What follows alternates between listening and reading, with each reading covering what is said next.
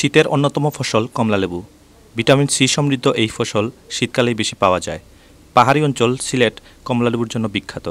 এখান থেকেই দেশের বিভিন্ন অঞ্চলে খোলা বাজারে বিক্রয়ের জন্য পাইকারিভাবে বিক্রয় করা হয় এবং দেশের বাইরে প্রচুর পরিমাণে রপ্তানি করা হয়। তাতে করে দেশের অর্থনীতিতে বিশাল অঙ্কের টাকা যোগান দেয়। কিন্তু বর্তমান সময়ে বাজার ঘুরে দেখা যায় সেই চিরাচরিত সিলেট অঞ্চলের বিখ্যাত কমলালেবু নামগন্ধই নেই। ভারত ও চায়না থেকে আমদানিকৃত লেবুই বাজার দখল করে আছে। সিলেটের গোয়াইনঘাট উপজেলার নিজপাট ইউনিয়নে কমলাবাড়ি গ্রামে খোঁজ নিয়ে জানা যায়, অত্র এলাকায় আজ থেকে 15-20 বছর আগে যে পরিমাণ কমলালেবু উৎপাদন করা হতো, বর্তমানে সেই পরিমাণে উৎপাদন হচ্ছে না। এর প্রধান কারণ হচ্ছে জলবায়ুর পরিবর্তন। যেখানে প্রতিটি ঘরে ঘরে কমলালেবু গাছ দেখা যেত, বর্তমানে সেখানে নেই বললেই চলে। তাছাড়া পার্শ্ববর্তী দেশ ভারত থেকে প্রচুর পরিমাণে কমলা অবৈধ পথে প্রবেশ করায় তা বাজারে সহজলভ্য হয়ে গেছে। তাতে করে সিলেটের কৃষকরা কমলালেবু উৎপাদনে আস্থা হারাচ্ছেন দিনে দিনে। কমলা আছে, ইন্ডিয়ান কমলা আছে, চায়না আছে, আপনার ওই আরেকটা আছে কোরিয়ান কমলাও কিন্তু আছে, ভুটাঙ্গের কমলাও আছে। এই পানির অভাব, তার ভিটামিনের অভাব, শক্তির অভাব। এই যুদ্ধের পরেই এই 15-16 বছর আমরা এই বাগান থেকে কমলা নিয়ে বেচছি, কিন্তু এখন এই বাগানে আমরা কমলা পাইতে পারি না। পরিবর্তন হইতেছে এবং আমরা গাছের গুঁড়িতে খাদ্য দিতে পারি না।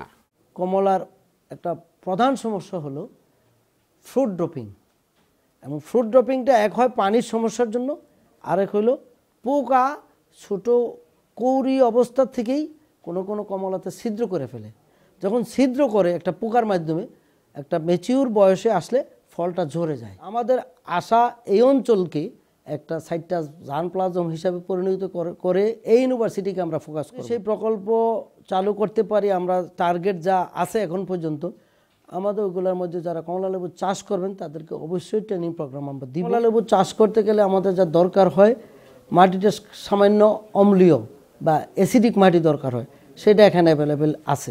পানির স্বল্পতা এবং অন্যান্য কিছু রোগ পোকার আক্রমণে কমলালেবু যে সমস্ত কৃষক চাষ করতেন, সেই চাষের পরিমাণটা অনেকে আগ্রহ হারিয়ে ফেলেছেন। যদি পরিকল্পিতভাবে কমলালেবুর বাগান করে এবং কেউ উদ্যোগ নিয়ে সেচের আধুনিক ব্যবস্থা, যেমন ড্রিপ ইরিগেশন বা আরও কিছু স্প্রিংকলার ইরিগেশন সিস্টেমে করে, তাহলে পানির সমস্যাটা সমাধান করা যেতে পারে। সেটা গবেষণালব্ধ ফলাফল যদিও কৃষি বিশ্ববিদ্যালয় করেনি, বাট বাংলাদেশের অন্যান্য যে গবেষণা প্রতিষ্ঠান আছে তারা কিছু করে এবং সাকসেস মডেল হিসেবে তৈরি করে আছে।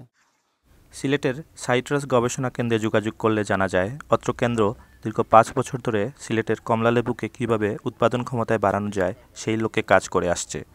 তাদের মতে সিলেটের পাহাড়ি অঞ্চল কমলালেবুর জন্য উৎকৃষ্ট জায়গা, কিন্তু কৃষকদের প্রাতিষ্ঠানিক শিক্ষার অভাবে এই ফসল ঠিকমতো উৎপাদিত হচ্ছে না।